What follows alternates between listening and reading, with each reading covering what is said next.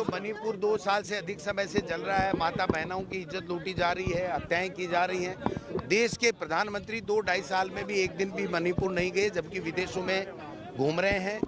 और जो अडानी जी को नाजायज लाभ दे करके उनको पुलकित किया जा रहा है, उनको और ज़्यादा पैसे वाला बनाया जा रहा है और देश की संपदा को उसको लुटाया जा रहा है।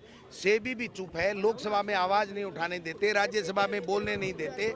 यहाँ पर राजस्थान में भी जो भारतीय जनता पार्टी की सरकार है, ये समय व्यतीत कर रही है, किसी तरीके से जनता की शुद्ध नहीं है, न महंगाई कम की है, न बेरोजगारी कम की है, न कोई नौजवानों को नौकरी दे रहे हैं, न किसानों की बात कर रहे हैं, न किसानों से वादा किया था जो पेट्रोल का देश के प्रधानमंत्री ने वादा किया था, किसानों से जो वादे किए थे, नौजवानों से जो परीक्षाएं कराने के जो पारदर्शिता से वादे किए थे, वो सारे वादे हवा हवाई हो रहे हैं। अब तो उन्होंने खुद ने ही सच साबित कर दिया कि देश के गृह मंत्री जी ने ये कह दिया कि ये क्या अम्बेडकर लगा रखा है, ये क्या चलन है।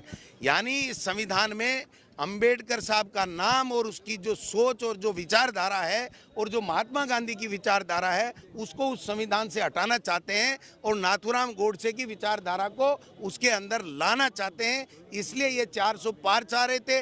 आज प्रदेश कांग्रेस कमेटी ने जो आह्वान किया था, उसको चलते गवर्नर साहब के निवास को घेरने का हमारा कार्यक्रम है।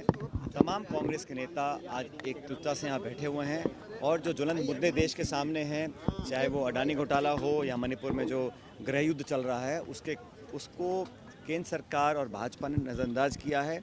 ये जो जिद का और आक्रमण का जो रवैया है सदन के अंदर, राहुल गांधी जी, प्रियंका जी लगातार इस बात को उठा रहे हैं और इस प्रकार जिस प्रकार अवमानना कल करी गई अंबेडकर साहब के प्रति, जो भारतीय जनता पार्टी का जो असली सोच है, वो सरकार ने सदन पर बोल दिया उसको। और मैं तो मानता हूँ अगर भाजपा के किसी व्यक्ति को आज भी अंबेडकर साहब के प्रति कुछ उनकी श्रद्धा है तो उनको तुरंत प्रभाव से माफ़ी मांगनी चाहिए, क्योंकि देश में जो भारत रत्न दिया, जिसने संविधान का निर्माण किया, उसका मजाक उड़ाएं, उसको बदनाम करें, उसकी अवमानना करें, ये किसी को स्वीकार नहीं हो सकता। पहले अंग्रेज इस देश को लूट के ले गए थे, उसी प्रकार से आज सरकार जो है ऐसे उद्योगपतियों से गठबंधन करके और सरकार देश को लुटवाने का काम कर रही है। अडानी जैसे घोटाले देश के सामने आ रहे हैं। गृह मंत्री ने किस प्रकार से बाबा साहब का अपमान किया है कि किस प्रकार से आप अंबेडकर कर रहे हो।